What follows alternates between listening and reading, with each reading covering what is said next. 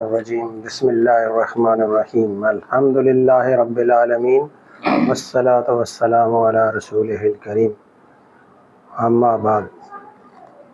حاضرین محترم، آج کا جو ہمارا قرآن کا حصہ جو ہم پڑھنے لگے ہیں یہ سورہ ابراہیم کا آخری حصہ ہے، یعنی آخری دو رکوع ہیں سورۃ ابراہیم کے، اور سورہ ابراہیم مکی صورت ہے۔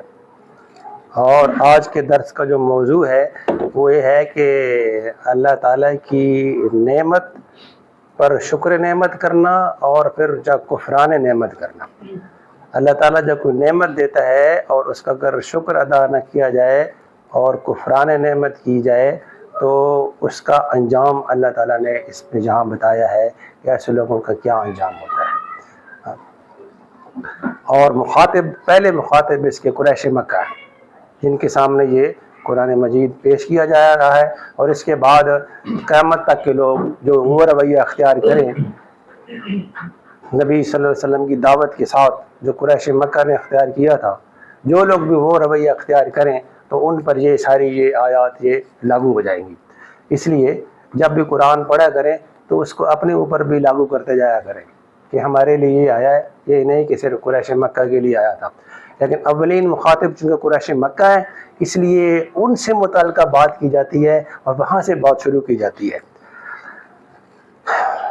اعوذ باللہ من الشیطان الرجیم بسم اللہ الرحمن الرحیم اللہ الذی خلق السماوات والارض وانزل من السماء ماء فاخرج به من الثمرات رزقا لکم وسخر لکم الفلک لتجری فی البحر بامرہ وسخر لکم الانہار وسخر لكم الشمس والقمر دائبين وسخر لكم الليل والنهار وآتاكم من كل ما سألتموه وإن تعدوا نعمة الله لا تحصوها إن الإنسان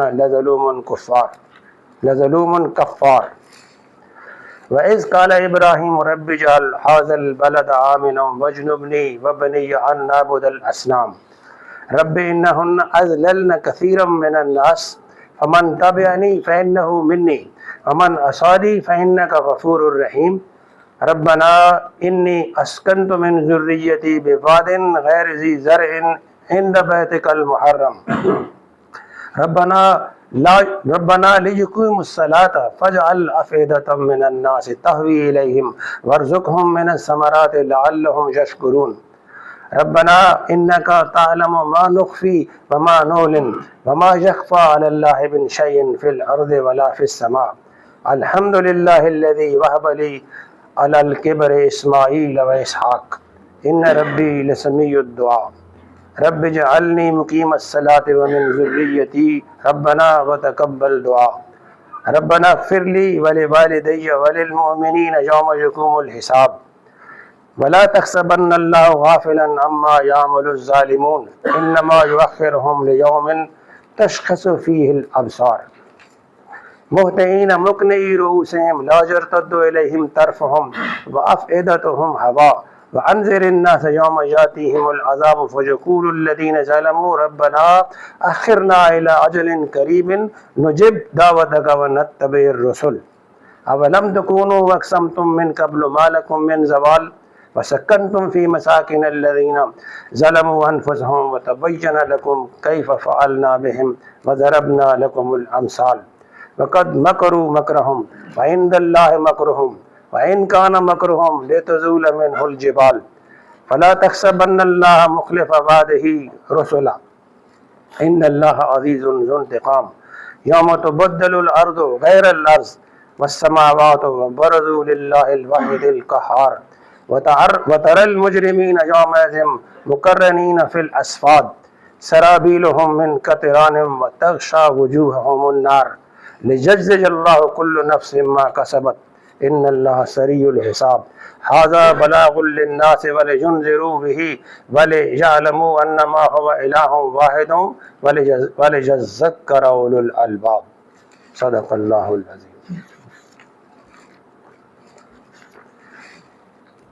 فرمایا کہ اللہ وہی تو ہے جس نے زمین اور آسمانوں کو پیدا کیا اور آسمان سے پانی برسایا، پھر اس کے ذریعے سے تمہاری رزق رسانی کے لیے طرح طرح کے پھل پیدا کیے، جس نے جس نے کشتی کو تمہارے لیے مسخر کیا کہ سمندر میں اس کے حکم سے چلے، اور دریاؤں کو تمہارے لیے مسخر کیا، جس نے سورج اور چاند کو تمہارے لیے مسخر کیا کہ لگاتار چلے جا رہے ہیں، اور رات اور دن کو تمہارے لیے مسخر کیا، جس نے وہ سب کچھ تمہیں دیا جو تم نے مانگا۔ اگر تم اللہ کی نعمتوں کو شمار کرنا چاہو تو نہیں کر سکتے۔ حقیقت یہ ہے کہ انسان بڑا ہی بے انصاف اور ناشکرا ہے۔ اور یاد کرو وہ وقت جب ابراہیم نے دعا کی تھی کہ پروردگار اس شہر یعنی مکہ کو امن کا شہر بنا، اور مجھے اور میری اولاد کو بت پرستی سے بچا۔ پروردگار ان بتوں نے بہتوں کو گمراہ میں ڈالا ہے، ممکن ہے کہ میری اولاد کو بھی یہ گمراہ کر دیں، لہذا ان میں سے جو میرے طریقے پر چلے وہ میرا ہے، اور جو میرے خلاف طریقہ اختیار کرے تو یقیناً تو درگزر کرنے والا مہربان ہے۔ پروردگار میں نے ایک بے آب و گیاہ وادی میں اپنی اولاد کے ایک حصے کو تیرے محترم گھر کے پاس لا بسایا ہے۔ پروردگار یہ میں نے اس لیے کیا ہے کہ یہ لوگ جہاں نماز قائم کریں، لہذا تو لوگوں کے دلوں کو ان کا مشتاق بنا اور انہیں کھانے کو پھل دے، شاید کہ یہ شکر گزار بنے۔ پروردگار تو جانتا ہے جو کچھ ہم چھپاتے ہیں اور جو کچھ ظاہر کرتے ہیں، اور واقعی اللہ سے کچھ بھی چھپا ہوا نہیں ہے، نہ زمین میں نہ آسمانوں میں۔ شکر ہے اس خدا کا جس نے مجھے اس بڑھاپے میں اسماعیل اور اسحاق جیسے بیٹے دیے۔ حقیقت یہ ہے کہ میرا رب ضرور دعا سنتا ہے۔ اے میرے پروردگار مجھے نماز قائم کرنے والا بنا، اور میری اولاد سے بھی ایسے لوگ اٹھا جو یہ کام کریں۔ پروردگار میری دعا قبول کر۔ پروردگار مجھے اور میرے والدین کو اور سب ایمان لانے والوں کو اس دن معاف کر دیجیے جب کہ حساب قائم ہوگا۔ اب یہ ظالم لوگ جو کچھ کر رہے ہیں اللہ کو تم میں سے غافل نہ سمجھو، اللہ تو انہیں ٹال رہا ہے اس دن کے لیے جب حال یہ ہوگا کہ آنکھیں پھٹی کی پھٹی رہ گئی ہوں گی، سر اٹھائے بھاگے چلے جا رہے ہیں، نظریں اوپر جمی ہوئی ہیں، دل اڑے جاتے ہیں۔ اے نبی اس دن سے تم انہیں ڈراؤ جب کہ عذاب انہیں آ لے گا۔ اس وقت یہ ظالم کہیں گے کہ اے ہمارے رب ہمیں تھوڑی سی مہلت اور دے دے، ہم تیری دعوت کو لبیک کہیں گے اور رسولوں کی پیروی کریں گے، مگر انہیں صاف جواب دیا جائے گا کہ کیا تم وہی لوگ نہیں ہو جو اس سے پہلے قسمیں کھا کر کے کہتے تھے کہ ہم پر تو کبھی زوال آنا ہی نہیں ہے، حالانکہ تم ان قوموں کی بستیوں میں رہ بس چکے تھے جنہوں نے اپنے اوپر آپ ظلم کیا تھا، اور دیکھ چکے تھے کہ ہم نے ان سے کیا سلوک کیا، اور ان کی مثالیں دے دے کر ہم تمہیں سمجھا بھی چکے تھے۔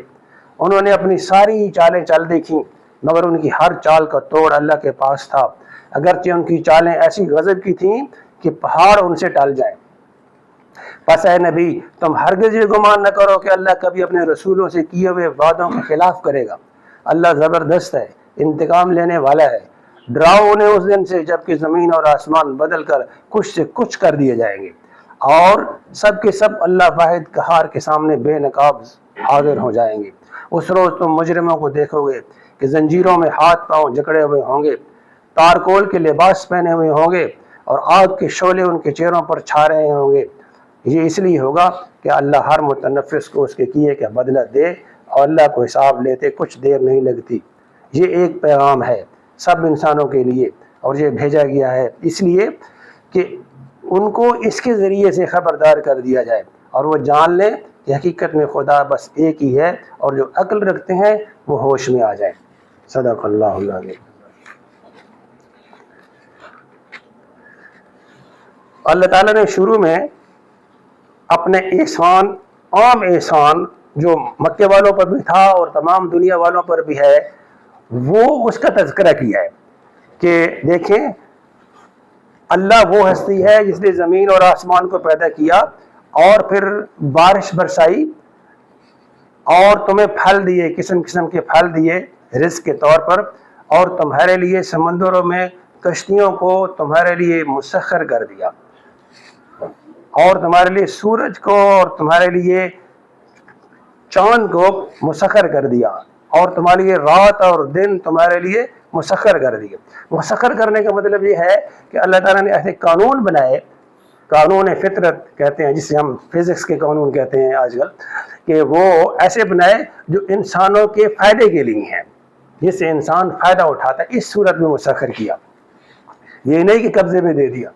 اللہ تعالیٰ کے قبضے میں ہے ساری چیزیں، لیکن انسانوں کو ایسے قوانین بنا دیے کہ یہی بارش کا پانی اور یہی بادل اور یہ سورج اور چاند اور یہ رات دن کا آنا اور بار بار بدلنا اور یہ ساری جو نشانیاں ہیں جو کائنات میں پھیلی ہوئی ہیں، یہ قانون فطرت کی پابند ہیں.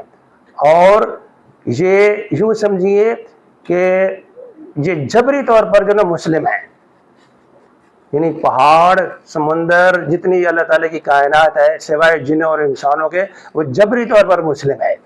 آپ جو انسان ہیں ان کو اللہ تعالیٰ نے پھر اس پہ جبر بھی ہے اور قدر بھی ہے، اختیار بھی دیا ہے کہ یہ اختیار دے دیا کہ آپ یہ اپنے اختیار، تمہاری ہدایت تمہارے سامنے ہے، اللہ تعالیٰ کے نبیوں کی دعوت تمہارے سامنے ہے، اور تمہارے اختیار میں ہے کہ شیطان کی پیروی کرو یا نبی کی پیروی کرو. یہ اللہ تعالیٰ نے یہ اختیار دیا.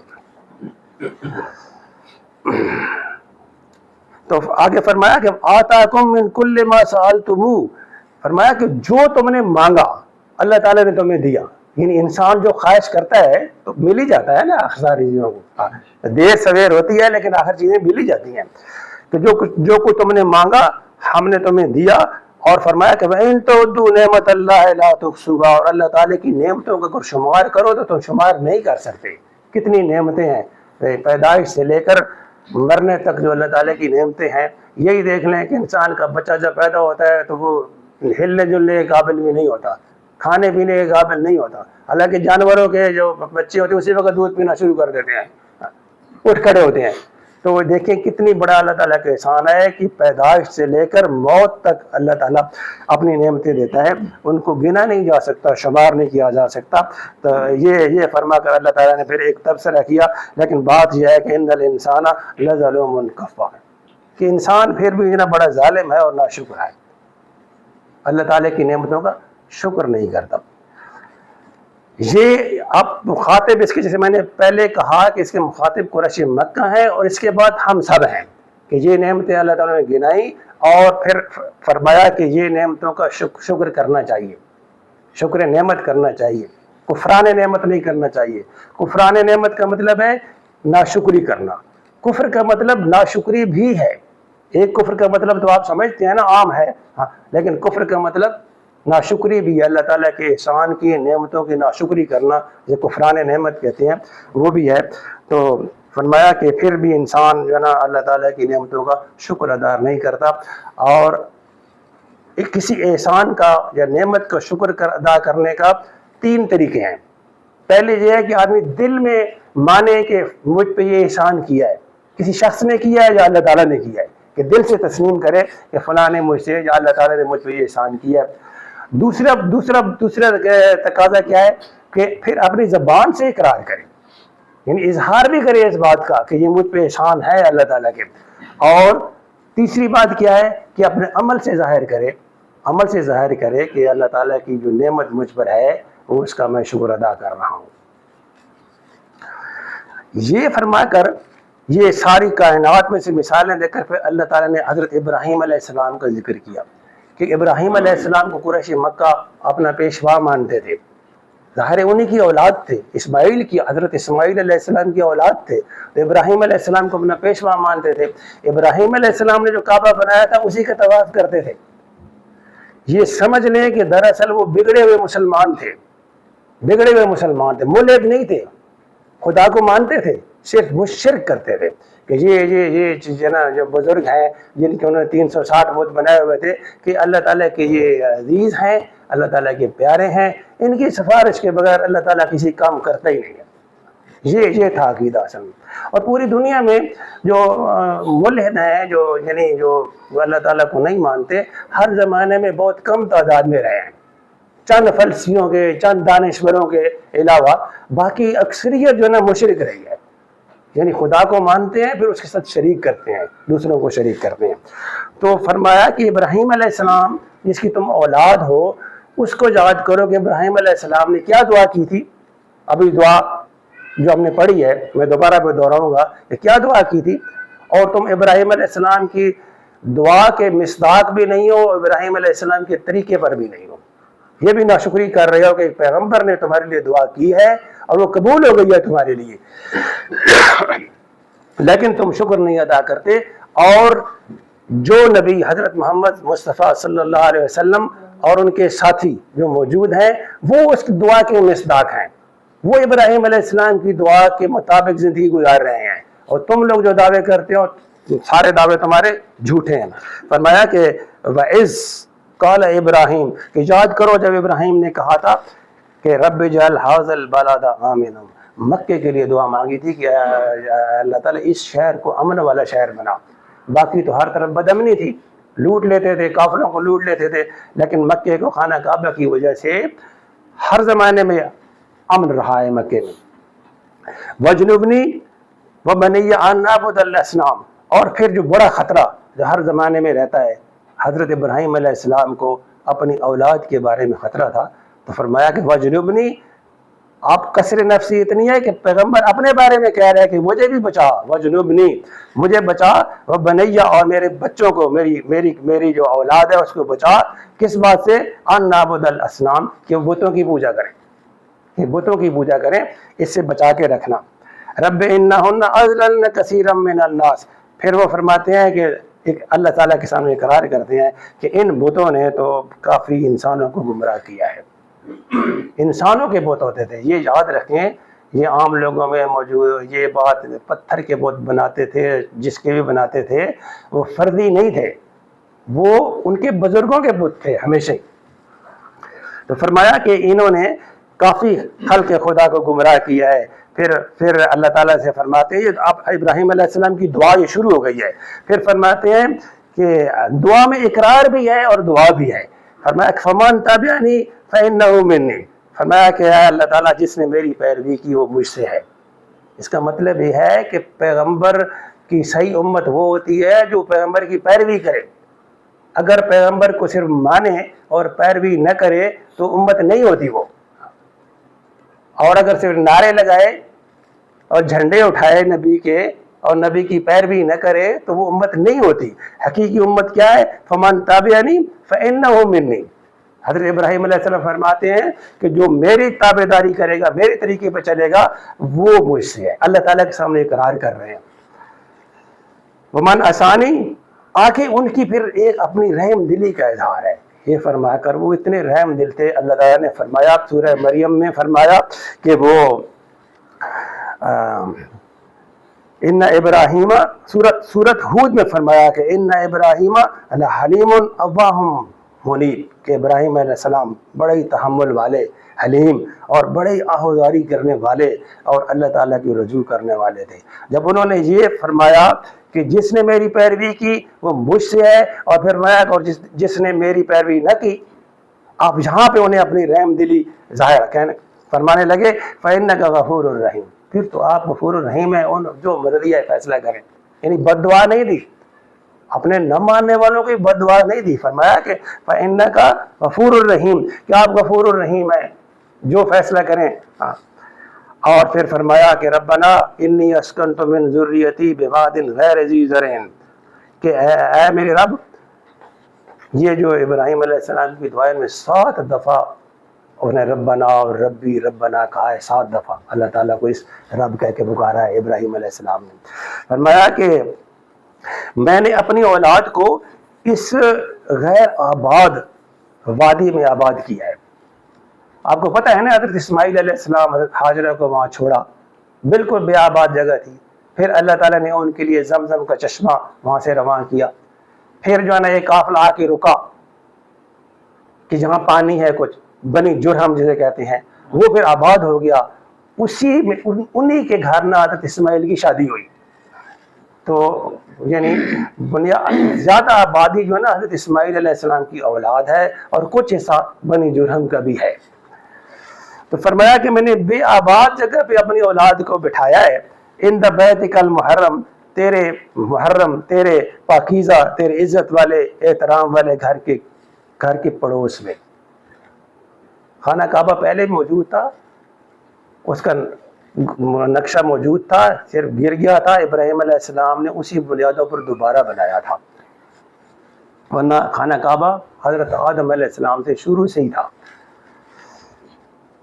تو پھر دعا کرتے ہیں کہ ربنا لیقیموا الصلاۃ, کہ میرے یہاں اپنی اولاد کو بٹھانے کا اور کوئی مقصد نہیں ہے سوائے اس کے کہ وہ اقامت صلاۃ کرے، اس علاقے میں نماز کو قائم کرے۔ اور یہ ایک اشارہ ہے، اقامت صلاۃ سے مراد پوری شریعت ہے، یعنی اسلام کو جہاں نافذ کریں گے، اسلام کے مطابق زندگی بسر کریں گے۔ اور آپ کو پتہ ہے کہ انہوں نے ایک بیٹے کو یہاں بٹھایا اس میں مکہ میں اسماعیل کو، اور دوسرے بیٹے کو فلسطین میں بٹھایا۔ فلسطین، حضرت اسحاق کو فلسطین کا علاقہ کہ آپ کی یہ ذمہ داری ہے، اسماعیل علیہ السلام کو مکہ اور حجاز کا علاقہ کہ آپ کی یہ ذمہ داری ہے، اور دونوں کو اوپر سے کنٹرول کیا، اوپر سے نگرانی کی۔ فرمایا کہ یہ مقصد ہے کہ یہ جامع نماز قائم کریں۔ تو پھر میں آپ سے یہ ریکویسٹ کرتا ہوں اللہ تعالیٰ سے، فرمایا کہ فَجْعَلْ أَفْئِدَةً مِّنَ النَّاسِ تَهْوِي إِلَيْهِمْ، کہ لوگوں کے دل پھیر دیں ان کے لیے کہ لوگ ان سے محبت کریں۔ یہ جو نماز قائم کرنے والے ہیں ارد گرد کے لوگ بھی ان سے محبت کریں۔ وَارْزُقْهُم مِّنَ الثَّمَرَاتِ لَعَلَّهُمْ يَشْكُرُونَ، اور انہیں پھلوں سے انہیں رزق دے تاکہ تیرا یہ شکر ادا کریں، کیونکہ زراعت تو وہاں تھی نہیں، غیر ذی زرع ہے نا، زراعت تو وہاں تھی نہیں، تو انہوں نے فرمایا کہ پھلوں کے ذریعے ارد گرد سے جہاں پہ ان کو رزق دے۔ اور آپ لوگ دیکھ رہے ہیں کہ اس وقت سے لے کر اب تک وہاں ہر چیز کی فراوانی ہے، وہاں کچھ بھی پیدا نہیں ہوتا، ساری چیزیں باہر سے آ رہی ہیں۔ ربنا انک تعلم ما نخفی وما نعلن، اے میرے رب آپ جانتے ہیں کہ جو ہم چھپاتے ہیں، جو دل میں بات ہوتی ہے اور جو ہم اعلان کرتے ہیں۔ یہ اقرار کیا وما یخفی علی اللہ، اور پھر اگلا فقرہ اللہ تعالیٰ کا اس پہ اضافہ ہے۔ جب ابراہیم علیہ السلام نے یہ کہا کہ اے ہمارے رب آپ تو واقف ہیں جو کچھ ہمارے دل میں ہوتا ہے اور جو کچھ ہمارے سامنے ہوتا ہے، تمہاری دلی خواہشیں جو ظاہر نہیں ہوئی ان کو بھی قبول فرما، اور جو ظاہر کر رہے ہیں اس کو قبول فرما۔ تو آگے اللہ تعالیٰ نے اس کی تصدیق کی ہے کہ فرمایا کہ وما یخفی علی اللہ من شیء فی الارض ولا فی السماء، کہ سچ فرمایا ابراہیم نے کہ وما یخفی علی اللہ، کہ زمین اور آسمانوں میں جو کچھ ہے اللہ تعالیٰ سے مخفی نہیں ہے۔ ابراہیم علیہ السلام کی تصدیق فرمائی اگلی آیت میں۔ اور پھر ابراہیم علیہ السلام کہتے ہیں کہ الحمدللہ، کہ اللہ تعالیٰ کی شکر ہے، اللہ تعالیٰ کی تعریف ہے، الذی وہب لی علی الکبر اسماعیل و اسحاق، کہ بڑھاپے میں مجھے اسماعیل اور اسحاق جیسی اولاد دی، اور اولاد بھی ایسی شان کی کہ دونوں پیغمبر ہیں، دونوں اللہ تعالیٰ کے نبی ہیں۔ تو ان ربی لسمیع الدعا، پھر وہ اقرار کرتے ہیں، اس بات کا اعلان کرتے ہیں کہ بے شک میرا رب جو ہے نا دعاؤں کو سننے والا ہے۔ اگر صرف اللہ تعالیٰ سے مانگا جائے، خالص کر کے دعا مانگی جائے تو اللہ تعالیٰ سنتا ہے۔ اور آگے وہ دعا ہے جو ہم نماز میں پڑھتے ہیں کہ رب اجعلنی، کہ اے میرے رب اجعلنی مقیم الصلاۃ، مجھے نماز قائم کرنے والا بنا، ومن ذریتی، اور میری اولاد کو بھی نماز قائم کرنے والا بنا، ربنا وتقبل دعا، اے ہمارے رب ہماری دعاؤں کو قبول کر، ربنا اغفر لی، اے ہمارے رب مغفرت فرما دے، معاف کر دے میری، اغفر لی میری مغفرت کر دے، ولوالدیہ، اور میرے والدین کی مغفرت کر دے، وللمؤمنین، اور تمام مومنین کی مغفرت کر دے، یوم یقوم الحساب، جس دن آپ حساب قائم کریں گے قیامت والے دن، یعنی اس دن ہمیں یہ معاف کر دے۔ یہ ابراہیم علیہ السلام کی دعا ہے، اور ابراہیم علیہ السلام کی یہ ایک ہی دعا ہے والدین کے لیے، کہ اس کے بعد اللہ تعالیٰ نے منع کر دیا کہ چونکہ ان کے والدین مشرک تھے تو اللہ تعالیٰ نے ابراہیم علیہ السلام منع کر دیا کہ آپ دعا نہیں کر سکتے، اور شاید اس سے پہلے ہی منع کر دیا تھا، لیکن ابراہیم علیہ السلام نے دعا اس لیے کی کہ جب ابراہیم علیہ السلام کو گھر سے نکالا گیا، باپ نے نکالا، جب وہ آگ پہ ڈالے گئے اور بچ گئے آگ سے، اور پھر باپ نے کہا کہ اچھا نکل جاؤ، تو انہوں نے نکلتے ہوئے یہ فرمایا تھا کہ سورہ مریم میں آتا ہے کہ قال سلام علیک، ابراہیم علیہ السلام نے باپ کو کہا کہ سلام علیک، سلام کیا، آخری سلام کیا، پھر فرمایا کہ ساستغفر لک ربی، کہ میں اللہ تعالیٰ سے آپ کے لیے مغفرت کی دعا مانگوں گا، انہ کان بی خفیہ، کہ وہ مجھ پر بڑا مہربان ہے، اللہ تعالیٰ مجھ پر بڑا مہربان ہے، میں آپ کے لیے مغفرت کی دعا کروں گا۔ یہ کہا جاتا ہے کہ یہ جو انہوں نے وعدہ کیا تھا نا اپنے والد سے، اس کو پورا کرنے کے لیے یہ دعا مانگی، لیکن اللہ تعالیٰ نے چونکہ منع کر دیا تھا تو یہ اس کے بعد نہیں مانگی۔ اور ہمارے لیے کوئی پابندی نہیں ہے، ہمارے لیے تو ظاہر ہے ہم تو پڑھتے ہیں، ہم تو یہ مانگ سکتے ہیں۔ ہاں الحمدللہ کہ ہمارے والدین مشرکین نہیں تھے، ہاں اگر مشرک ہوتے تو ہم بھی نہیں مانگ سکتے تھے۔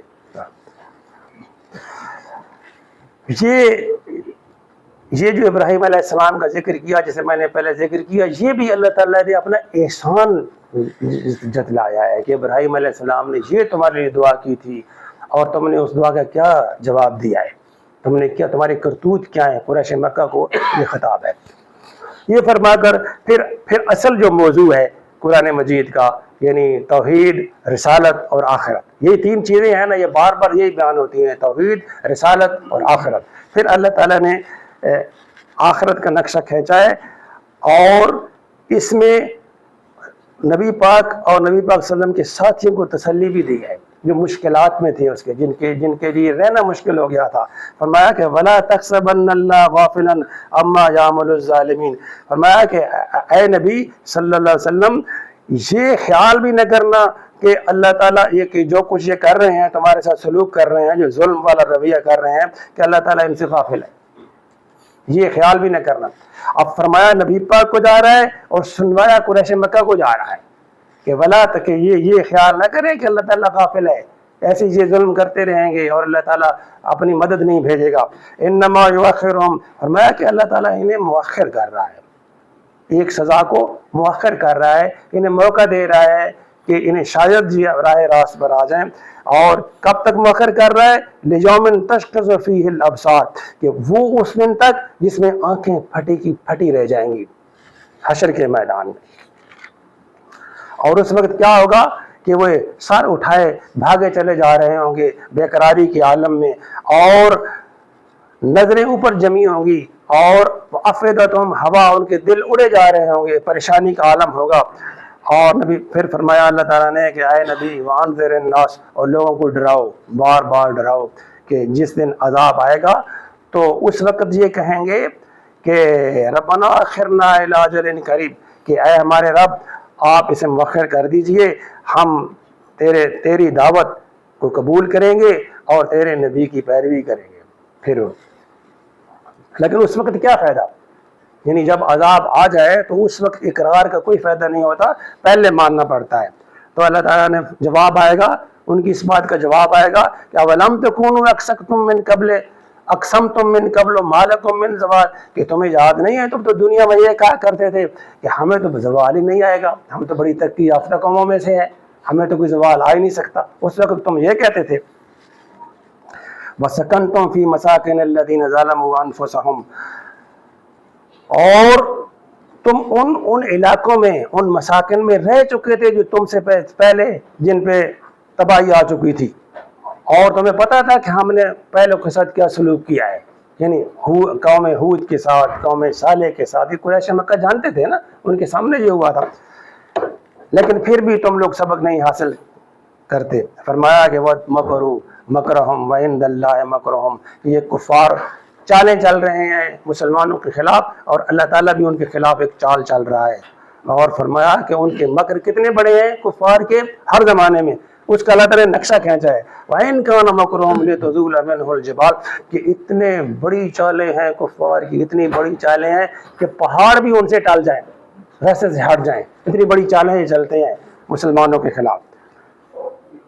لیکن فرمایا کہ فَلَا تَحْسَبَنَّ اللَّهَ مُخْلِفَ وَعْدِهِ رُسُلَهُ، یہ نہ بھولیں مسلمان، یہ نہ بھولیں کہ اللہ تعالیٰ، اور کفار بھی یہ نہ بھولیں، یاد رکھیں کہ اللہ تعالیٰ اپنے رسولوں کے ساتھ جو وعدے کیے ہیں وہ اس کی خلاف ورزی کرے گا، یہ نہیں ہوگا۔